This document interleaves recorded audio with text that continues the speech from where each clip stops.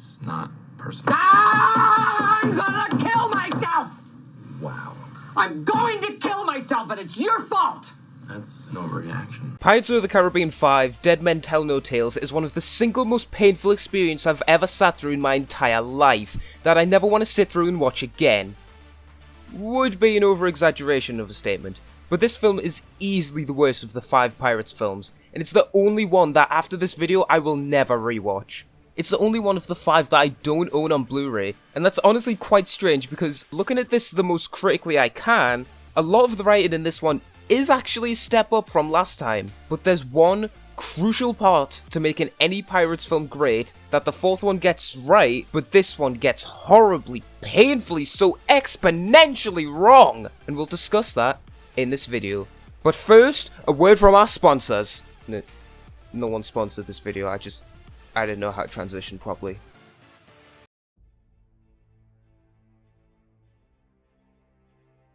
The plot to this movie is kinda in the same boat as on Stranger Tides. Wait. Same boat.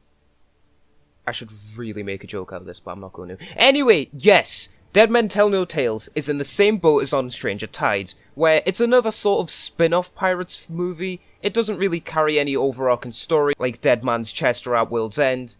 It's kind of just its own thing, which, in concept, isn't the worst idea ever, but this sort of just fails as a pirate film right off the bat, like how the 4th one does. As we know that in the end, this could just be any other generic Pirates film, but they just copy and paste some elements from the first 3 and then put them into another film, and then call it Pirates of the Caribbean. Which, to be honest, as a sucker for these films, I'm not really that fussed about, because as flawed and objectively poorly written as the 4th one is, I still really enjoy it. It's a great adventure film, with some great twists and subversions throughout, with some fantastic character moments and amazing action. But the writing, overall story and pace just fucking sucks. And the same applies to this one. The story of Dead Men Tell No Tales goes as follows. Jack is down on his luck and loses his crew, then sort of just gives up on everything and trades in his compass that he's had since the first film for some rum. Don't worry, I'll talk more about this later. Jack trading in the compass then allows Salazar and his undead crew to escape from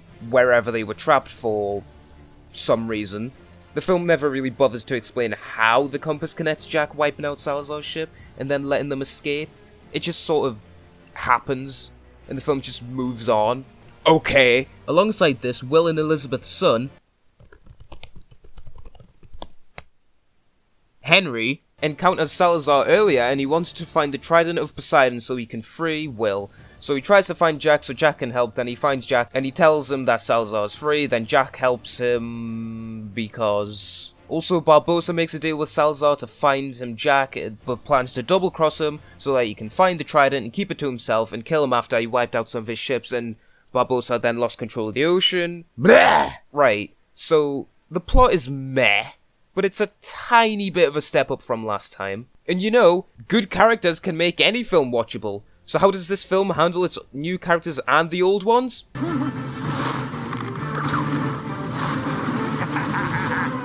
The characters in this film, once again, are, for the most part, surprisingly a step up from last time. Last time the main male character was literally just this Christian guy, whose character was being Christian. He was incredibly underdeveloped, annoying, and served no real purpose to the story other than to simp to the mermaid and verbally be against Blackbeard. He fucking sucked. This time round, we have the son of Elizabeth and Will Turner, Henry Turner. And to be honest, he's one of the biggest letdowns about this film. He's basically just a watered down caricature of post-Curse of the Black Pearl Will, and that doesn't leave you with a very interesting character. I'm not saying that Will was bad in Pirates 2 or 3, far from it. He was still pretty great throughout both those films. He just wasn't as good or interested in or have as much depth or thought put into him as he was in the first film. He was, in as simple ways putting it as possible, will fuck over any pirate or British twat to get what he wants while simping to a female. That's basically what Henry is, but with nowhere near as much charm, not as much purpose, a considerably less amount to do, pretty much no chemistry with anyone outside of Karina, no screen presence, and in the end, it's just forgettable and boring. Why are you the way that you are? I hate so much about the things that you choose to be. Now Karina, on the other hand, is a massive step up from Lele Pons. Oh, fuck's sake. But Karina is actually a good character, and is a nice change from what we got in the last one, who was basically just there because...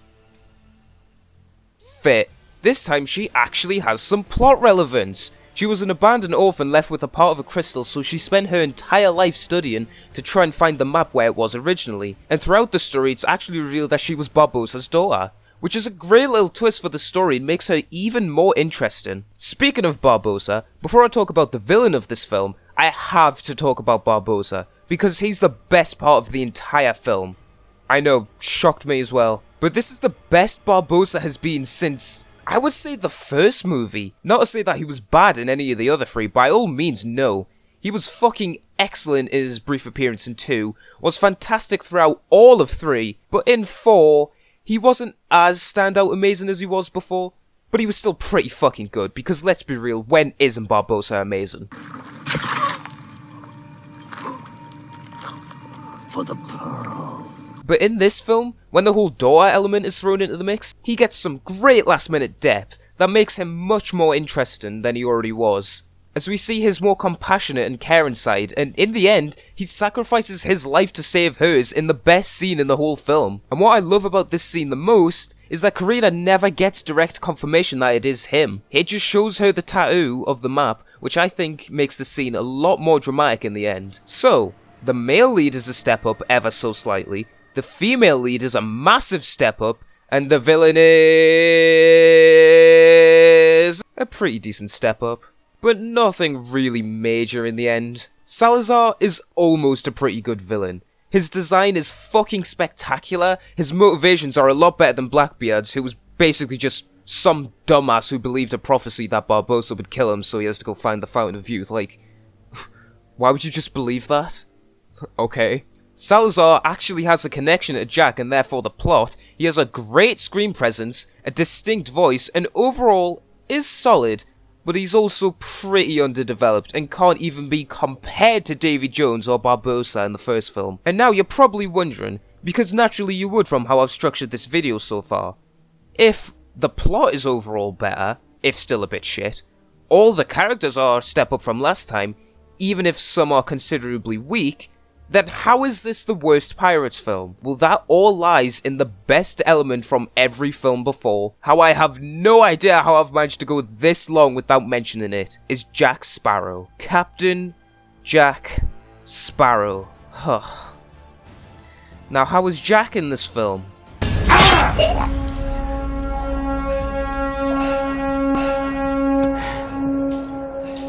Watching Captain Jack Sparrow in this film, especially with the hindsight of this, makes this film borderline unwatchable whenever he's in it. Because as much as it pains me to say this, he's absolutely terrible throughout. Now, I'm not going to get into the stuff that happened to Johnny Depp over the last couple of years, because honestly, it's really saddening to read about and it fucking hurts my soul to discuss. So if you really want to know, I suggest looking it up yourself. But for this video, all I'm going to say is that Johnny Depp himself clearly wasn't in the best place of mind when making this film. His performance, while not terrible on its own, with the context of him playing this character, a character that he's played 4 times before excellently as well, makes this look like a bad performance. And it's not just the performance which is bad. The writing for Jack in this film is completely well and truly off. He's completely out of character throughout the whole thing. The character of Jack Sparrow is a cunning, mysterious, and genius madman pirate who you never quite know whether he's planned it all along or whether he's making it up as he goes along, making him exciting, fun, and interesting to watch, even in bad films like Stranger Tides. He went from all of that to essentially just a drunk, incompetent idiot, which is about as far from Jack Sparrow as you can get. And I get what they were going for at least. There's nothing wrong with having Jack down on his luck. They did that in the opening of At World's End much better, but what they didn't do in that film was make him completely useless, incompetent, and just aimless really. In At World's End, he was down on his luck because he got betrayed by Elizabeth and is trapped in Davy Jones' locker, and can't get the pill to move in any way. He's still actively trying to get it to move at all times despite his madness because of being in the locker, there's some reflection on how he got down in his luck in the first place. Begging your pardon, sir, but perhaps if you gave a man another chance.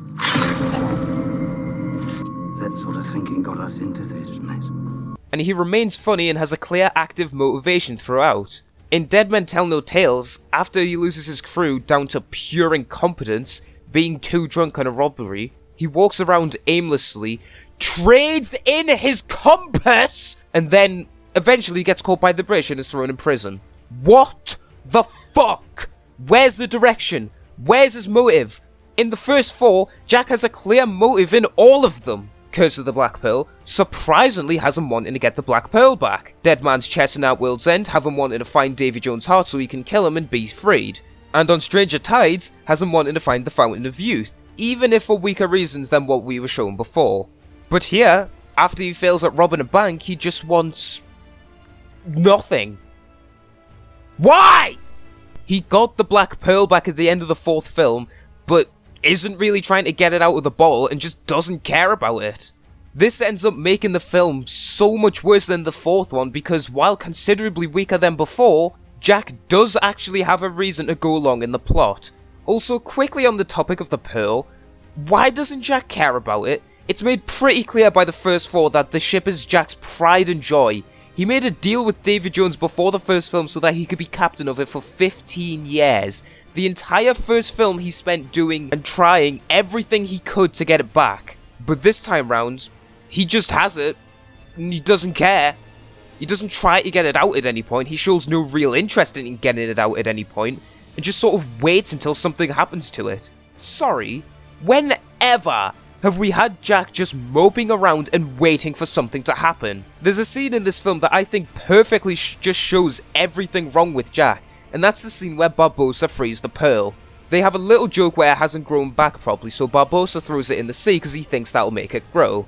And there's a solid moment where all the characters think that it's sunk. And how does Jack react to losing his beloved ship? She was a fine ship. What? She was a fine ship. Sorry, that's it! That is not fucking funny, you retard. Let's just compare that to his reaction to hearing that the Pearl sunk in the 4th film. Lost the Pearl. That should be sunk properly. You should be sunk with it. It's pretty clear just by comparing these two scenes what the problem is. Jack caring about the Black Pearl is one of the few most consistent things in the first 4 films. He would do almost anything to protect it, including going against his own instinct and risking his own life for it. And even when he does have to leave it, it's incredibly obvious that he's hurt by it. Jack! The Pearl! She's only a ship, mate. But this time round, he just couldn't care less. And that's probably the biggest issue with Jack in this. And I think it's partially down to Johnny's personal life at the time as well. Jack just doesn't care. And Johnny Depp probably didn't care at the time either. It was pretty clear that he had other things going on in his life at the time that weren't very good. So this film was most definitely an afterthought to him, instead of his heart fully being in it like with the first 4. With that in mind, let's take a look at the ingenious nature of Jack Sparrow and how this film gets some stuff even more fundamentally wrong. You seem somewhat familiar. Have I threatened you before? It's inherently obvious to anyone who's seen the first 4 films that despite his appearance and being a pirate, that Jack Sparrow is a very smart man, who's always 2 steps ahead of everyone, and that's the best part of it. The deception on display the entire time. Jack is the one who pulls the strings to every plan, the polar opposite to what he's like in the 5th one. And one thing Jack can always do is escape. In every single one of the good Pirates films, Jack has a scene where he escapes something seemingly inescapable in an excellent scene, filled with a well thought out route of escape, some great wit to enable this escape, and some great humour and a satisfying payoff. In possibly one of the most iconic scenes in the first film, he escapes from the British guards using all of these. We see not a moment's hesitations to use the cups to threaten Elizabeth to manipulate the guards into getting his stuff back. There's some witty lines that present himself as a fool earlier to trick them into a false sense of hope when they go against him. It's clear that he had this route in mind from before he threw Elizabeth at them, and the satisfaction is the line, "You will always remember this as the day that you almost caught Captain Jack Sparrow." In the third film, They up this formula even more when he escapes Lord Beckett's ship. It's clear that throughout Jack was just stalling for time, waiting for his crew to attack Beckett's ship, as we see him manipulate Beckett throughout so he can make his escape. With loads of wit from the lines previously, and the little detail of Jack taking the little Beckett figure and putting it in the cannon, and purposely aiming it at a part of his ship so that they can't follow him afterwards. The satisfying payoff is seeing Jack launch himself into the air, landing back on the Black Pearl.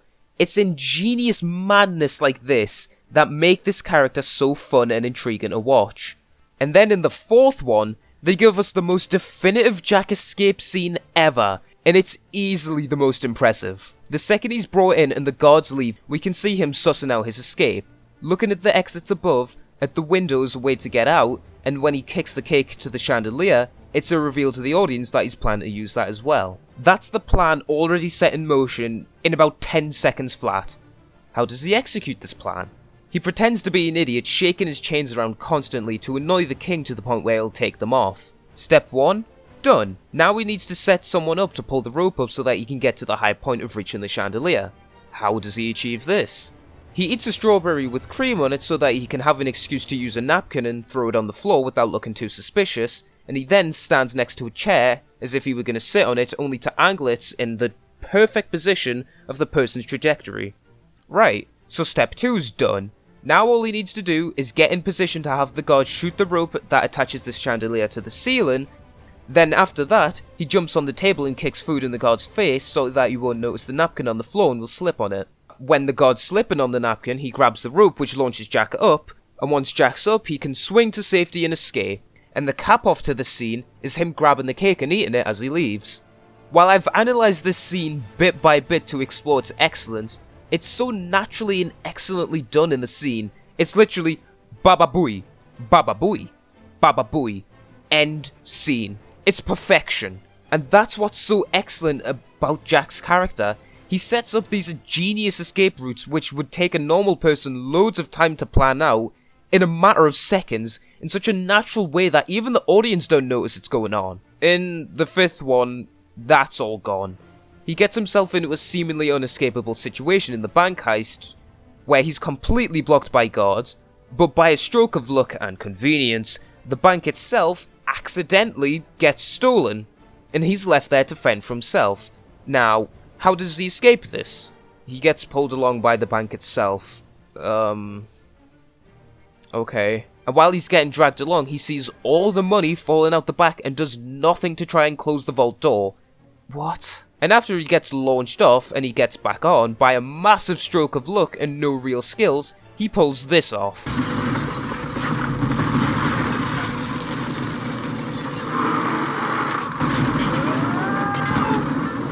And yes, while incredibly contrived, this is fucking awesome. Was it fucking cool?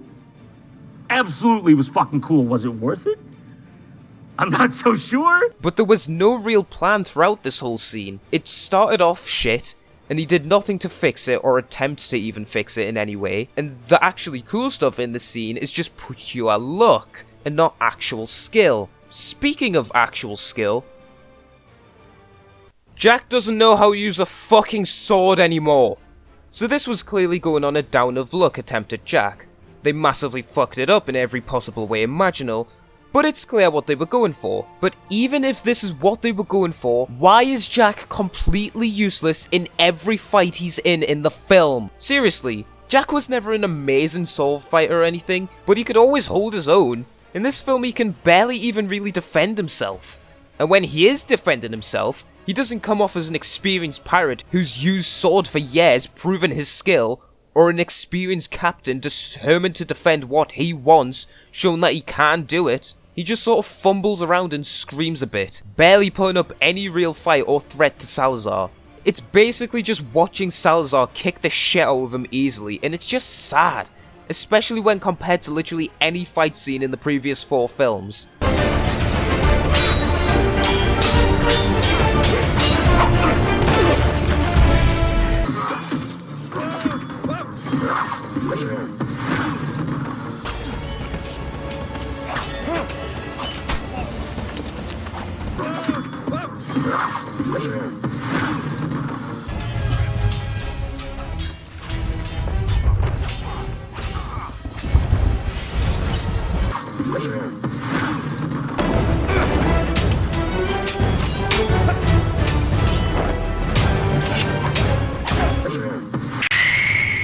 Another issue with these fights is how much they focus on Jack screaming. He seems to scream almost every single time a sword connects with his, or when he looks at anything.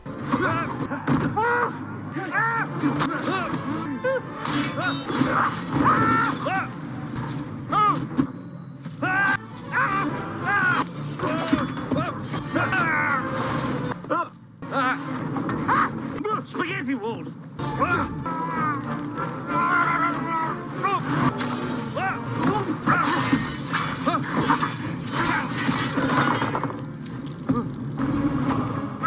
And take into account that before this film, the only real time he screamed when he was in a fight was when he was confronted directly by Jones in a scary fashion, and the scream is used as a comedic way to alleviate the scene.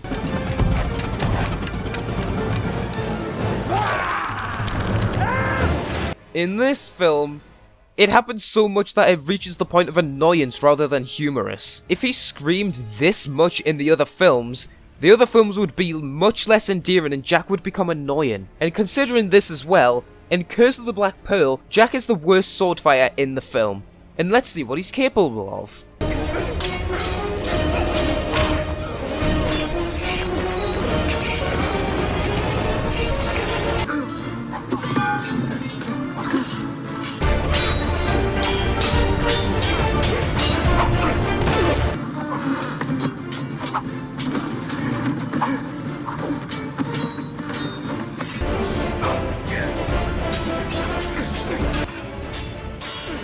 Do I even need to compare this to scenes in the fifth one? I think the thing that annoys me the most about the butchering of Jack is that there actually is one brilliant scene, and a few lines here and there, where they actually did Jack justice and where he actually was Jack. You will always remember this as the day that you almost caught Captain Jack Sparrow. So this film fundamentally gets the character of Captain Jack Sparrow wrong. It misunderstands his genius nature hidden behind a mask of stupidity, it misunderstands his ability to escape any situation, and it misunderstands what makes Jack funny. But in one scene, one crucial scene, pretty much the only scene average fans will remember from this movie, is the scene where we see young Jack trick Salazar into the Devil's Triangle. After Salazar kills the captain of the ship, the captain gives the young Jack Sparrow the compass that points in the direction of the thing that you desire the most. Quick off topic for a second here, this is complete ignorance of the past. The compass you barter from me, it cannot lead you to this? Maybe. I'm beginning to think that the people who wrote this film haven't seen the first three in a very long time. Anyway, Jack gets given the compass so he's put in charge of the ship, and then he does exactly what Jack does best. He mocks Salazar, making himself look like a stupid opponent for challenging this man who has wiped out hundreds of pirates, making Salazar think that he could easily chase him down and wipe him out. Jack uses his initiative to find a way to swing the ship around entering the Devil's Triangle, while Salazar's ship goes directly into it with no way of escape, killing Salazar and his men in the process. I am convinced that this is the only scene in the film that Terry Rossio, half of the mind of the duo who wrote the first 4 films, I'm convinced this is the only scene in the entire movie that he wrote. Because it captures the spirit and essence of Jack's character perfectly. It gets his master escapist, idiotic mask of disguise and satisfying nature all right perfectly in this scene. And it ends great as well, by showing Jack getting his essential part of his outfit. It's a brilliant Jack scene. It's just a shame that it's in this fucking film.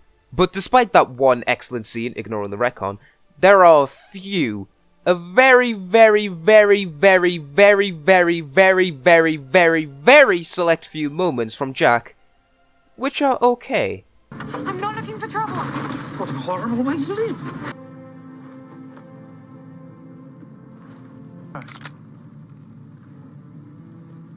Next time you raise a sword, boy, be the last to die.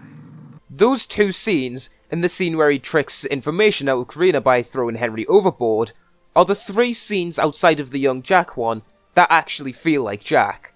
But the problem with the 3 scenes is that they still all don't feel like Jack because of the delivery of them. Besides the one where he gives Henry the book because, I mean, he's literally just handing him a book, you don't even see his face. Oh, and the little bit where he points the cannon up at the nonsensical massive alive statue, that was pretty good. And before I get to the conclusion, I just want to do a list of things that I do like about this film, outside of those with Jack. Salazar is okay, Karina is good, Gibbs is just as good as always, because when isn't he? Barbosa is the best part of the film. I like the fan service of those guards from 1 and 3 being a part of Barbosa's crew. A majority of the action is still pretty good, and it can have some cool shots. But none of that is enough. Captain Jack Sparrow. So, that was Pirates of the Caribbean 5, Dead Men Tell No Tales, and it's by far the worst Pirates of the Caribbean film. Definitely because of how much they butchered the character of Jack Sparrow. Because, to be honest, if this film had Jack being Jack as great as he was in the first 4, then this would have been better than On Stranger Tides. Because the plot is better, the leads are better, the villain is better, Barbosa is better. But all of this stuff being better doesn't make up for the character assassination of Jack Sparrow. Jack Sparrow is at the core of every Pirates film, and without him, they just don't work. As much as people who like the first one and don't really like the rest would say that Jack worked better as a side character, this film is living proof that they need him to survive. He's the best part of Curse of the Black Pearl despite not being the main character. He's the best part of Dead Man's Chest. He's the best part of At World's End. He's the best part of Stranger Tides. But he's the worst part of Dead Men Tell No Tales. And subsequently, this is the worst Pirates of the Caribbean film. Despite all of the flaws of the second, third and fourth film, I will always revisit them, just so I can watch this wonderful character being one of the best characters in fiction again. After this video, I will never rewatch the 5th movie again. The butchering of Jack makes this film painful to sit through, especially with hindsight. Some people might be thinking that I bought that set of the first 4 movies ages ago, and it just came in handy as a good hook into the video, but no. I only bought that set of the first 4 at CEX last year, because even then, when I hadn't seen the films in years, I remembered practically getting nothing of value out of the film. Pirates of the Caribbean cannot survive without Jack Sparrow, and that's why I don't even want to watch the 6th one that's apparently coming out next year. If there's no Johnny Depp, there's no Pirates of the Caribbean. But it needs to be said at this point, do we even need another Pirates film? As much as it pains me to say this film series just doesn't need to go on, and that's coming from a massive fanboy of these films. If Jack was in character, I would literally watch a film of him fucking shopping. For me, and probably many others, I think we should get one more film with Johnny Depp as Captain Jack Sparrow to get some closure to the character, and then end it. There's no need to continue. I know that Disney want to reboot the franchise without Depp, but what's even the point? No one would watch that. And the character of Jack needs just to be put to rest anyway. As much as you probably didn't know this due to Johnny Depp's impeccable aging skills, he's been playing the character of Captain Jack Sparrow since he was 39. At the time of me writing this, he's 57. By the time the 6th one will come out next year, he'll be 59, meaning he would have been playing Jack Sparrow for 20 fucking years. Just to put into perspective how long that is, the time Johnny Depp has been playing Captain Jack Sparrow, we've had 5 actors play the Doctor. All 9 seasons of The Office aired. Nintendo, Sony and Microsoft have released 3 new generations of consoles. And Pirates of the Caribbean is still going. Pirates is my favourite film franchise ever, but it needs to end. So if you want to take away anything from this video, it should be Johnny Depp is innocent, we will most likely never get a proper conclusion to the franchise without him, sign the fucking petition, fuck Amber Heard, sign the fucking petition, Johnny Depp is innocent, we need him back, Dead Men Tell No Tales suck, sign the fucking petition! The trident breaking all the curses, then all the dead men being alive makes literally no sense, because by that logic when Jack shot Barbosa in the first film and then the curse broke, he would still be alive. Sign the fucking petition! Okay, so quickly, one last thing before I go and cry about this film's existence. I just want to give out this list on how this film could have worked better as just another crappy Pirates film. It just needed to fix these things. If a lot more character was given to Henry Turner, because if you think about it, this character should be a massive deal, but he just comes off as boring. Salazar has more scenes and interactions with Jack to build the relationship between the two. This was a big issue with Blackbeard as well, because Barbossa and Davy Jones both had direct conflict with Jack, and there was a reason for their rivalry. The reason Blackbeard fucking failed so hard was because he had no real connection to Jack, so we just didn't really give a shit about him.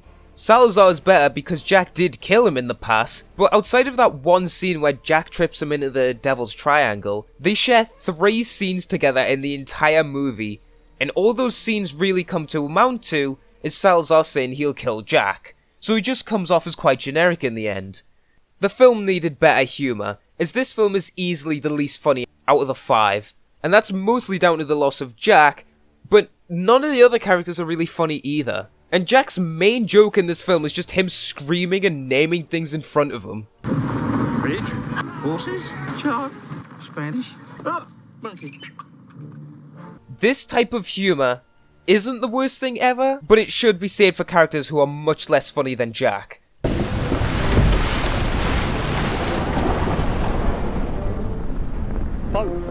Off the top of my head, there was one scene in this film that actually made me laugh. Everyone wake up! Oh, piss off! And that's because the whole film Karina has been shown as stuck up and pompous, so seeing this moment of her snap a little bit is funny. But besides that, this is the least funny film. I also wish there was more action now.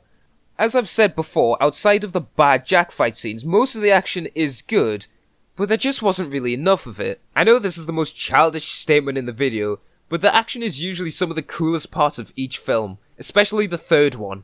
Additionally, Jack needs to have more motivation to be involved in the story, because throughout the entire film, he just doesn't really care.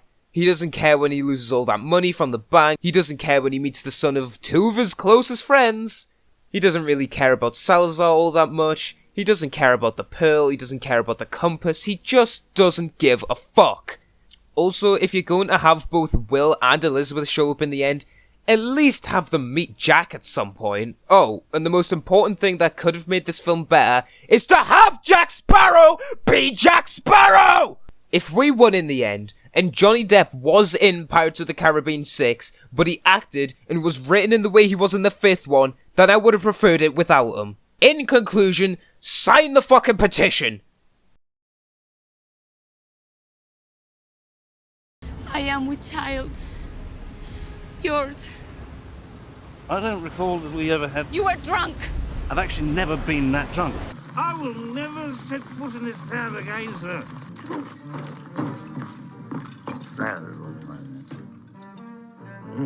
May I please have a drink, please? It's not part of the plan. Spaghetti Walt! Has your leg grown back?